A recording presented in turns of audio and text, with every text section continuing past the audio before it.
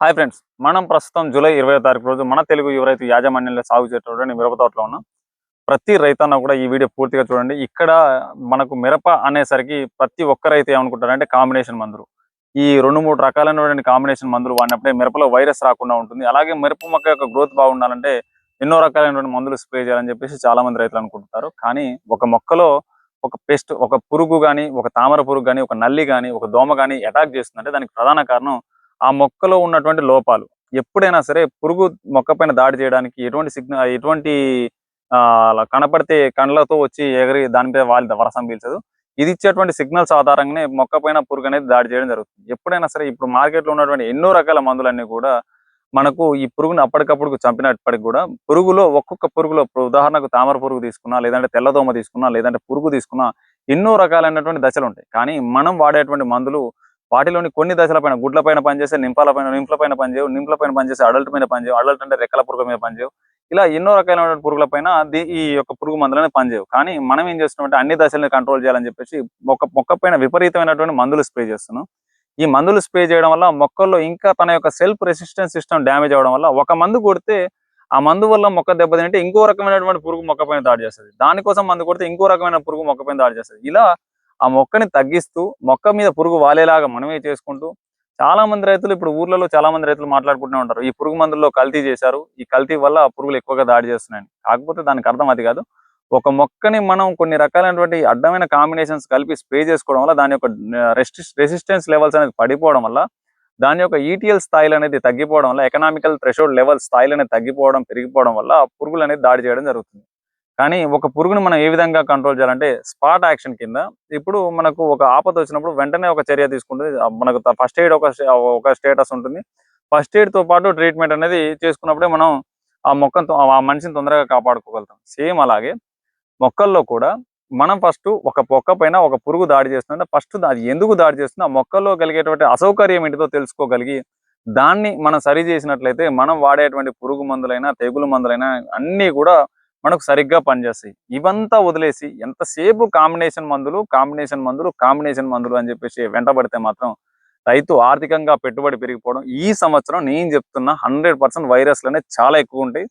దానికి ప్రధాన కారణం ఏంటంటే మొక్కల్లో జరిగేటువంటి మెటబాలిజం సిస్టమ్ అనేది స్లో అయిపోవడం, సూర్యరశ్మి ఎక్కువగా ఉండి దానికి తగినటువంటి వాతావరణం అనేది లేకపోవడం, వాతావరణంలో తేమ శాతం అనేది కొన్నిసార్లు పెరిగిపోవడం, తగ్గిపోవడం, వీటి వల్ల కొమ్మ ఎండు తెగులు, దాంతోపాటు వైరస్ అనేది చాలా ఎక్కువగా అటాక్ చేస్తుంది. మీరు ఎన్ని కాంబినేషన్ మందులు కొట్టుకున్నా కూడా పూర్తి స్థాయిలో ఈ సంవత్సరం తెల్లదోమను మీ తోటలో నుంచి బయటికి పంపలేరు. కాబట్టి ప్రతి రైతు చేయాల్సిన అతి ముఖ్యమైన పని ఏంటంటే మొక్కల్లో తెల్లదోమ, సింపుల్ గా చెప్తున్నా ఎందుకు దాడి చేస్తుంటే మొక్కల్లో ఉన్నటువంటి ఫ్రీ అమైనో యాసిడ్స్ అనేది పెరిగిపోవడం వల్ల, మొక్కల్లో ప్రోటీన్ సింథసిస్ అనేది సరిగ్గా జరగకపోవడం వల్ల, మొక్కల్లో నైట్రోజన్ సరిగ్గా వాడుకోకపోవడం వల్ల ఈ ఫ్లోయంలో అంటే మనకు మొక్క యొక్క రక్తనాళాల్లో ఉండేటువంటి రసాన్ని తాగడానికి తెల్లదోమ వస్తుంది. ఇది ఒక సిగ్నల్.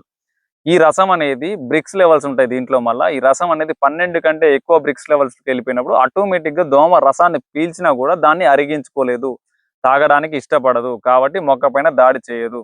కాబట్టి మీరు చేయాల్సిన అతి ముఖ్యమైన పని ఏంటంటే దీనికి కూడా కింద కామెంట్లు పెడతారు, నాకు తెలుసు అది. ఈ మరి ప్రోటీన్ సింథసిస్ పెరగాలంటే ఏం చేయాలి, ఏ మందు వాడాలి, ఒక్క మందు వల్ల ఏదో మార్పులు అనేది జరగవు. ఏ పంటలో అయినా సరే సమగ్రమైనటువంటి యాజమాన్యం ముఖ్యంగానే ఒక్క మందు వాడడం వల్ల ఎటువంటి ఉపయోగం అయితే ఖచ్చితంగా ఉండదు. చాలా మంది పెట్టేటువంటి కామెంట్లు ఇలాగే ఉంటాయి, స్లరీ వాడడం వల్ల వైరస్ ని కంట్రోల్ చేయొచ్చు అంటారు.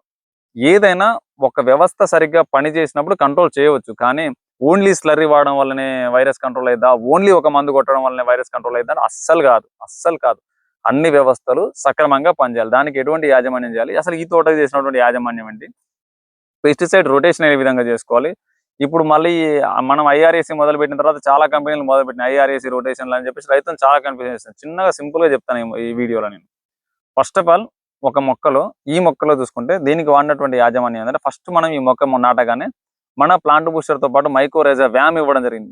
అది ఎందుకు ఇచ్చాము, మొక్క యొక్క రూట్ ఎస్టాబ్లిషన్ అనేది బాగుండాలి, ఈ మొక్క దిగుబడి బలంగా రావాలి, మొక్క స్టెమ్ దృఢంగా ఉండాలి, కాండం బలంగా ఉండాలి, మొక్క ఎక్కువగా విస్తీర్ణం అయి ఉండాలి. మొక్క తన తర్వాత దశలో వచ్చేటువంటి ఒత్తిళ్లను తట్టుకోవాలంటే ఫస్ట్ ఆఫ్ ఆల్ మొక్కకు కావాల్సింది వేరు వ్యవస్థ. నేల ఎటువంటిదైనా సరే వేరు వ్యవస్థ అనేది సరిగ్గా ఉండాలంటే దీనికి ఉపయోగపడేటువంటి అతి ముఖ్యమైనటువంటిది ఏంటంటే మైక్రోరైజా వ్యామ్. దీనికి స్టార్టింగ్ లోనే మొక్క నాటగానే ఈ నారు కూడా మనం సొంతంగా పెంచుకున్న నారే. దీన్ని మనం 100% మన తెలుగు యువరైతు మేనేజ్మెంట్ లో ఎటువంటి ఫంగిసైడ్ వాడకుండా ఇప్పటి వరకు ఈ తోటకి ఇంక్లూడింగ్ 45 రోజు ఇది ఈ 45 రోజు వరకు కూడా ఒక్క ఫంగిసైడ్ కూడా యూజ్ చేయలేదు.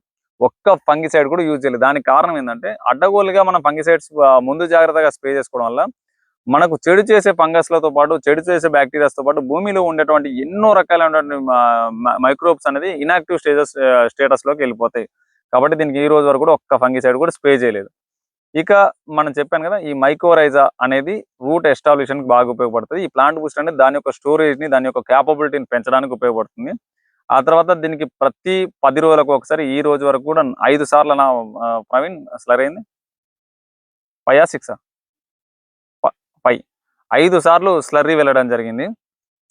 దాంతో పాటు డిఏపి అనేది దీనికి ఈ రోజు వరకు డ్రిప్ ద్వారా ప్రతిసారి 5 కేజీల లాగా 3 సార్లు ఇవ్వడం జరిగింది. 15 కేజీల డిఏపి వెళ్ళడం జరిగింది. అమోనియా సల్ఫేట్ వచ్చేసి 10 కేజీలు వెళ్ళడం జరిగింది. బోరాన్ వచ్చేసి మనకు ఈ కాల్షియం నైట్రేట్ తో కలిపి ఇవ్వడం జరిగింది.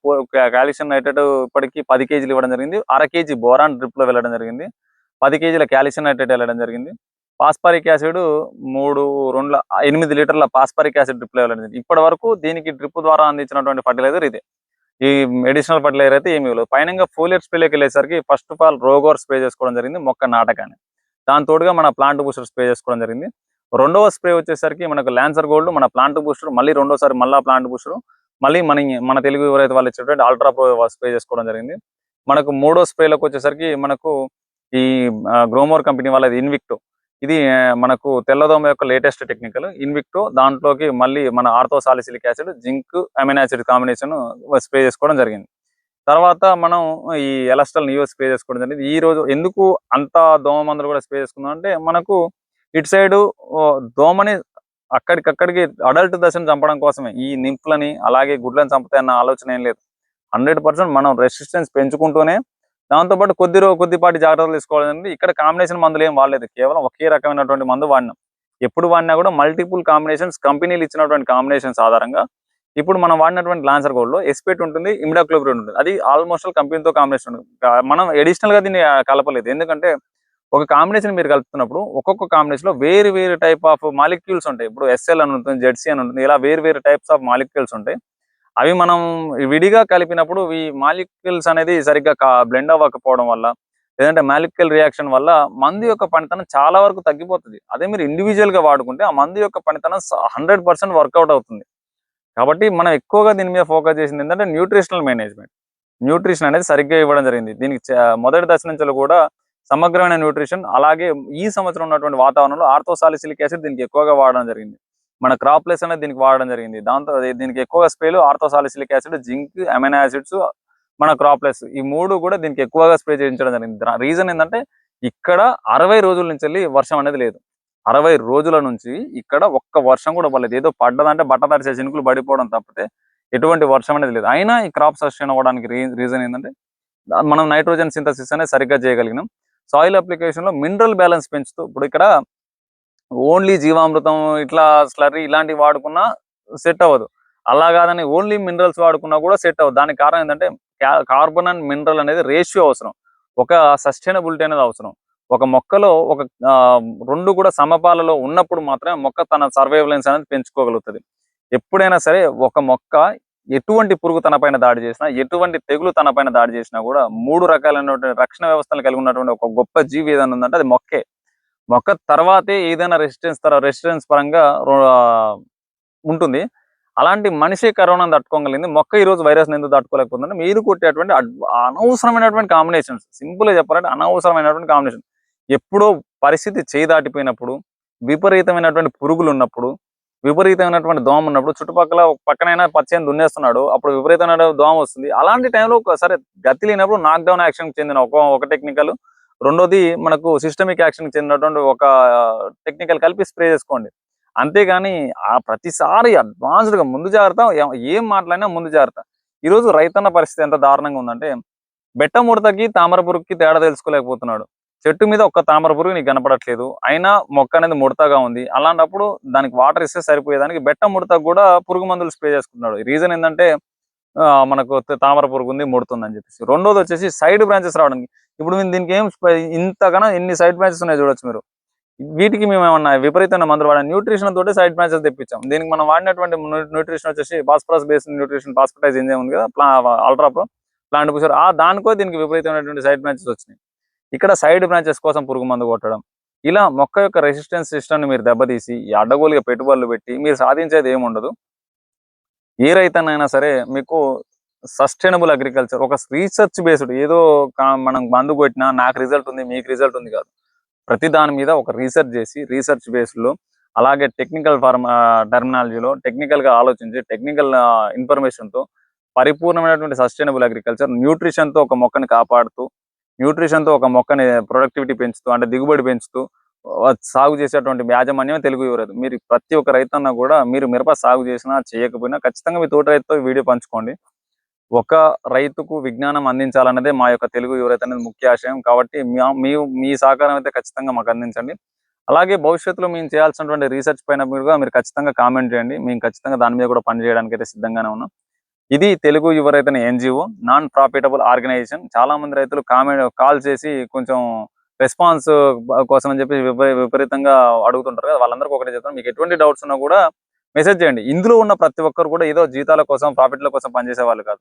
ఇందులో ఉన్నటువంటి 100 మంది కూడా వాలంటీర్లుగా స్వచ్ఛందంగా రైతుకు ఏదో సహాయం చేయాలి, మేము వ్యవసాయం చేయాలి, నేను ఒక రైతునే, వ్యవసాయం చెయ్యాలి అన్న ఉద్దేశంతో ఇక్కడ ఉండి రైతుకు సహకారం అందిస్తున్న వాళ్ళే తప్ప ఇక్కడ ఎవరు జీతాల కోసం పనిచేయట్లేదు, ఎవరు కూడా డబ్బులు తీసుకొని పనిచేయట్లేదు, ఎవరు డబ్బు కోసం పనిచేయట్లేదు. కాబట్టి మీకు ఎటువంటి డౌట్స్ ఉంటే అవతల వాళ్ళు కొంచెం వాళ్ళ వాళ్ళ వాళ్ళ పనులలో ఉండి కొంచెం చిరాకుగా మాట్లాడినా కూడా మీరే అర్థం చేసుకోండి. ఎందుకంటే మీకోసం వాళ్ళు కష్టపడుతున్నారు.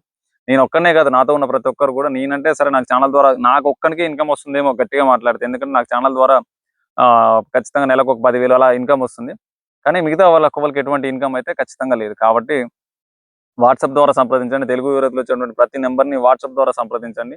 మీకు ఎటువంటి సమాధానం ఉన్నా సరే ఖచ్చితంగా 12 గంటల లోపు అయితే మీకు 100% రిప్లై అయితే అందిస్తారు.